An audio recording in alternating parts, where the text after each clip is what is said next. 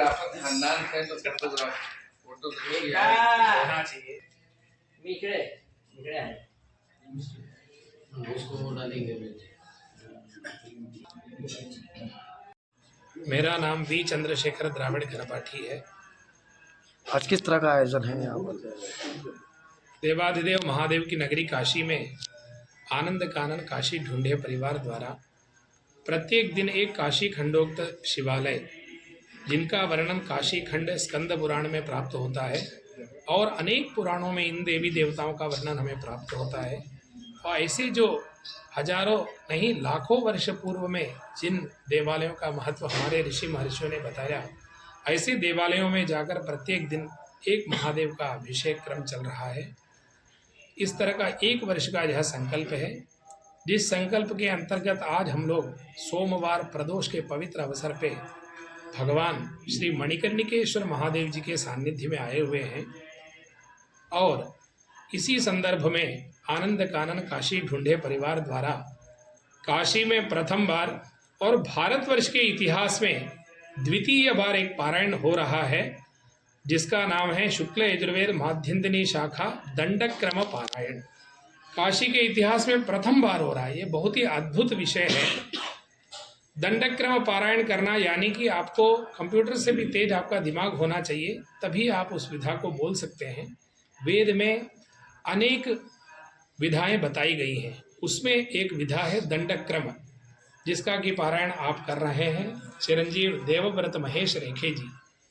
यह पारायण काशी में वल्लभराम शालिग्राम सांगवेद विद्यालय में हो रहा है। तो आज हम लोगों को, हम सभी परिवारजनों को यह प्रेरणा हुई कि आज 100वें दिन यह यात्रा हो रहा है और जो वेद बोल रहे हैं वो साक्षात महादेव की ही स्वरूप है। वेद शिव शिवो वेदः वेदाध्यायी सदा शिवः, ऐसा हमारे यहाँ कहा गया है। वेद और भगवान महादेव में कोई अंतर नहीं है। तो ऐसे दंडक क्रम का अद्भुत पारायण करने देवेंद्र रामचंद्र गढ़ीकर है। मैं महाराष्ट्र से यहाँ आया हूँ। इस यज्ञ को लेके क्या कहेंगे? जो ये चल रहा है इसको लेके क्या कहेंगे? अभी श्री वल्लभराम शालिग्राम सांगवेद विद्यालय में जो ऐतिहासिक यहाँ वेद पारायण चल रहा है, जिस पारायण का नाम दंडक्रम पारायण है, यह इतिहास में दूसरी बार हो रहा है, ऐसा अभी उसका उल्लेख मिल रहा है। 200 वर्ष पूर्व महाराष्ट्र में श्री नारायण जी देव, इन्होंने 100 दिनों में इसका पारायण किया था, ऐसा उल्लेख मिलता है।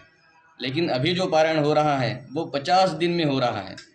और इसमें विशेष ये है कि पारायण करता जो है उसकी आयु केवल 19 वर्ष की है। 19 वर्ष की आयु में यह एक विश्व विक्रम यहाँ हो रहा है। हमारे पूरे वैश्विक साहित्य में सभी साहित्य का मूल जो है वो वेद है। और उस मूल वेद का जो अध्ययन होता है वो पूर्ण अध्ययन होने के लिए कम से कम 15 से 20 साल लगते हैं। चिरंजीव देवव्रत ने यह अध्ययन केवल 10 साल में पूरा किया है। आज उसकी आयु जो है वो 19 साल है।